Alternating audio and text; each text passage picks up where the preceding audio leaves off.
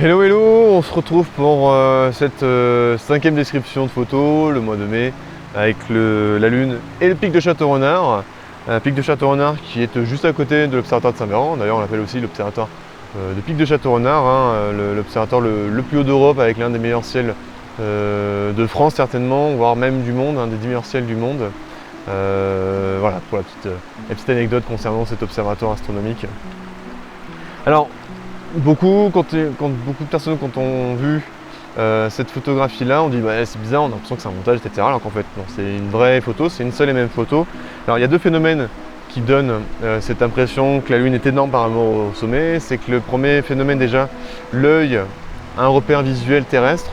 Donc on a l'impression que la Lune, étant donné qu'elle est basse sur l'horizon, on a l'impression qu'elle est énorme. Vous avez peut-être déjà vu ce phénomène-là, où on a l'impression que quand la Lune est basse sur l'horizon, wow, elle est énorme, alors qu'en fait non, c'est la même taille qu'elle soit sur l'horizon ou au-dessus de votre tête. Simplement votre œil il a un repère visuel sur lequel il vous donne un effet d'optique. Parce qu'il a je sais pas, un arbre, une maison, un chien, etc. Donc par rapport à ça, l'œil va s'adapter et il va donner l'impression que la Lune est énorme.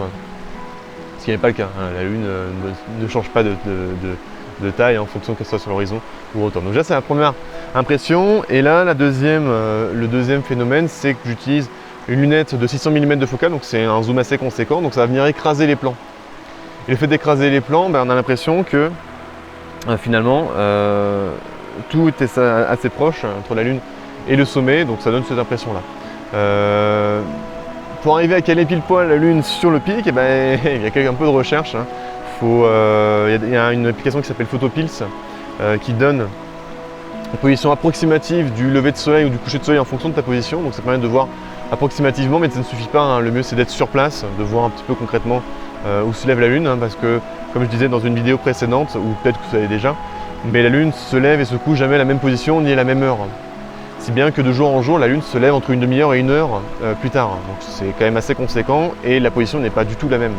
Ce qui fait que pour avoir ce genre de rapprochement entre la Lune et ce sommet-là, le pic de Château-Renard, j'ai à peu près 2 à 3 essais par an pour faire cette photo-là. Alors pour y aller, l'accès c'est à peu près une randonnée de 3,6 km avec 300-350 mètres de dénivelé. À cette époque-là de l'année, la photo a été prise au mois de février. Et à cette époque-là de l'année, il y a encore pas mal de neige, hein, évidemment. Donc on monte à raquette avec le sac à dos rempli avec les deux appareils photo, la lunette, etc. Donc voilà, faut y aller, faire du repérage la veille, redescendre et remonter le jour J en espérant que ce soit bien ça, qu'il n'y ait pas de nuages, etc. Donc finalement, le temps de déclenchement, le temps de prise de vue, ça prend moins de 5% de l'ensemble du processus de la photo. Ce qui prend les 95% autres du temps, c'est le temps de repère, le fait d'y aller, et ensuite le post-traitement pour travailler un petit peu la photo. Il n'y a pas grand chose à faire là-dessus, mais voilà. C'est toute cette partie recherche qui est assez longue pour faire cette photographie-là. Voilà pour la petite histoire, la petite anecdote. Je vous retrouve demain pour la prochaine photographie à décrire, vous raconter un petit peu l'histoire, ce qui se cache un peu derrière les photographies. Pour rappel, le calendrier est toujours disponible à la vente sur mon site internet, hein. Le prix d'envoi est inclus dans le prix de vente. Donc, pas de surcoût là-dessus.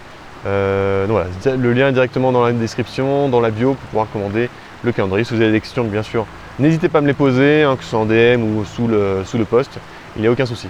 Je vous dis à demain, ciao!